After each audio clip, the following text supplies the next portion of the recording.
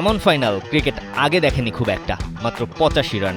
টি-20 ক্রিকেটে এমন স্কোর হলে সাধারণত ম্যাচের ফল নিয়ে খুব একটা আলোচনা থাকে না, কারণ এত কম রান তাড়া করে জেতা প্রায় নিয়মে পরিণত হয়েছে। কিন্তু গ্লোবাল সুপার লিগের ফাইনালে ঘটেছে ঠিক উল্টোটা। অবিশ্বাস্য এক লড়াইয়ে মাত্র 85 রান করেও শিরোপা জিতে ইতিহাস গড়েছে গায়ানা অ্যামাজন ওয়ারিয়র্স। ফাইনালে টস হেরে আগে ব্যাট করতে নেমেই ব্যাটিং বিপর্যয়ে পড়ে গায়ানা। শুরু থেকেই সান ফ্রান্সিসকোর বোলারদের সামনে অসহায়ত্ব প্রকাশ করে গায়ানার ব্যাটাররা। Johnson Charles, Shimron Hetmyer, Mohammad Haris কেউই ইনিংস বড় করতে পারেননি। পিটার সিডলের আগুন ঝরা বোলিংয়ে মাত্র 16 রানে 3 উইকেট হারিয়ে চাপে পড়ে যায় গায়ানা। এক সময় তো মনেই হচ্ছিল 50 রানও করতে পারবে না দলটি। স্কোরবোর্ডে মাত্র 29 রান তুলতেই 8 উইকেট হারিয়ে বসে তারা। তবে শেষ দিকে 10 নম্বরে নামা ম্যাথু ফোর্ড 28 রানের দারুণ এক ইনিংস খেললে লজ্জা থেকে বাঁচে গায়ানা।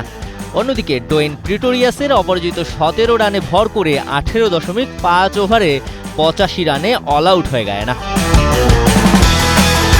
একমাত্র স্মার্ট সিটি বসুন্ধরা, আধুনিকতায় এক ধাপ এগিয়ে। 86 রানের সহজ লক্ষ্য, তাই সান ফ্রান্সিসকোর জয় সময়ের অপেক্ষা বলেই মনে হচ্ছিল। কিন্তু ক্রিকেট যে অনিশ্চয়তার খেলা, সেটাই আরেকবার মনে করিয়ে দিলেন গায়ানার বোলাররা। ইনিংসের প্রথম বলেই নিউজিল্যান্ডের টিম রবিনসনকে ফিরিয়ে দেয় ডোয়েন প্রিটোরিয়াস। এরপর অবশ্য 3 উইকেটে 53 রান তুলে ম্যাচের নিয়ন্ত্রণ নিয়ে নেয় সান ফ্রান্সিসকো। শিরোপা ছোঁয়া তখন সময়ের ব্যাপার মাত্র। কিন্তু সেখান থেকেই বদলে যায় পুরো ম্যাচের গল্প।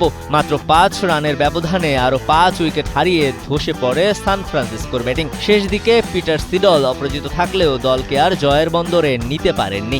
79 রানে অল আউট হয়ে যায় ইউনিকর্নস।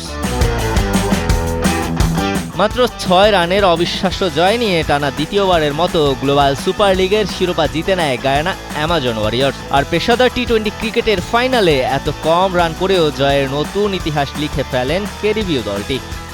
দিবাকর চৌধুরী, কালের কণ্ঠ।